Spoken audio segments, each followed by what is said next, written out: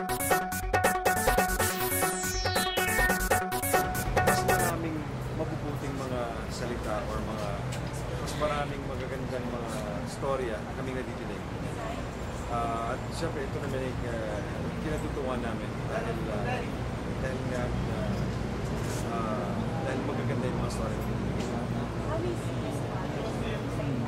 He's a really good guy.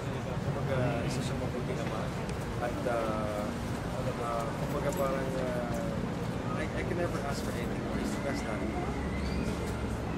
Kailan na nag-start mag-singing sa'yo na wala na siya yung specific moment? Or nagsingin na ba? He's still here. I know this will sink in soon, and when that happens, I'll deal with it. So, right now, I just have to be strong because for 1 whole month, he was fighting for his life. And for me, if a person like that with an illness, who's bedridden, who's so weak, but yet he was like fighting. He tried so hard to fight for his life. Ako pa na I'm a healthy person, na ito, na I'm okay ako, tapos ako pa yung manghihina kung siya na alam natin mahihina yung katawan na lumalaban siya. So, I draw strength from that. So, yun ang nagpapalakas sa akin. Siguro pagkatapos itong nangyari na ito, kapag nilagay na natin yung dati sa kanyang sa kanyang import, hindi ko alam pa na mangyayari. Pero, just like what I said, I draw strength from him. I get my strength from him. So, at least just one thing that my dad has left behind is that. Na-mention mo na rin lang yung kung meron na bang specific na spot? Yeah, there is. I don't want everywhere. Baka mami, pupuntahan nyo kasi. So, unahin pa kami. So, but are there details of yung burol and living na special request? Ilalabas yung... No. We never talked about it. Sir, if you have one message, of course, Dad, wherever you are, I just want you to be happy and don't worry about us, we'll all be fine. And I will miss you and I will always love you.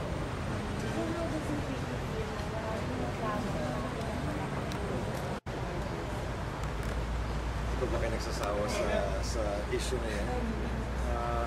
I don't know. I mean, at this point, like I said, it's the least of our concerns. If they gave it to him, thank you. Maraming salamat. Malugod namin tatanggapin ito. Pero kung hindi rin, okay lang. Okay lang. It's in our hearts and in our minds, he is a national treasure. Ano po yung pinaka-miss niyo sa kanya?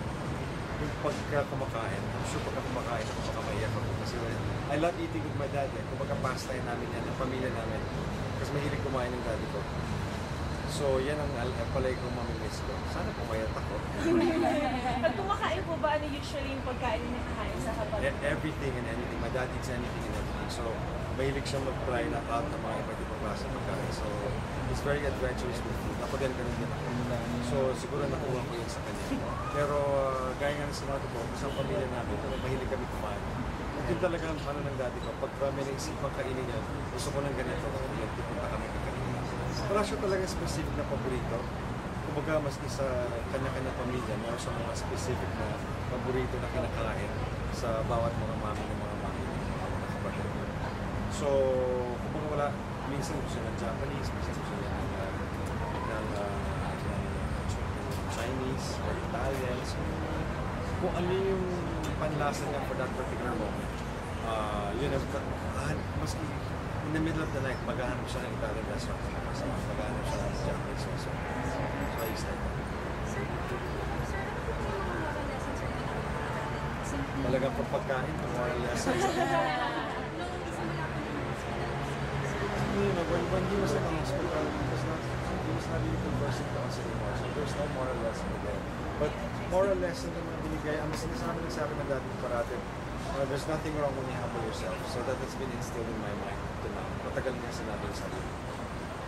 Mga realizations, sir. What kind of realization?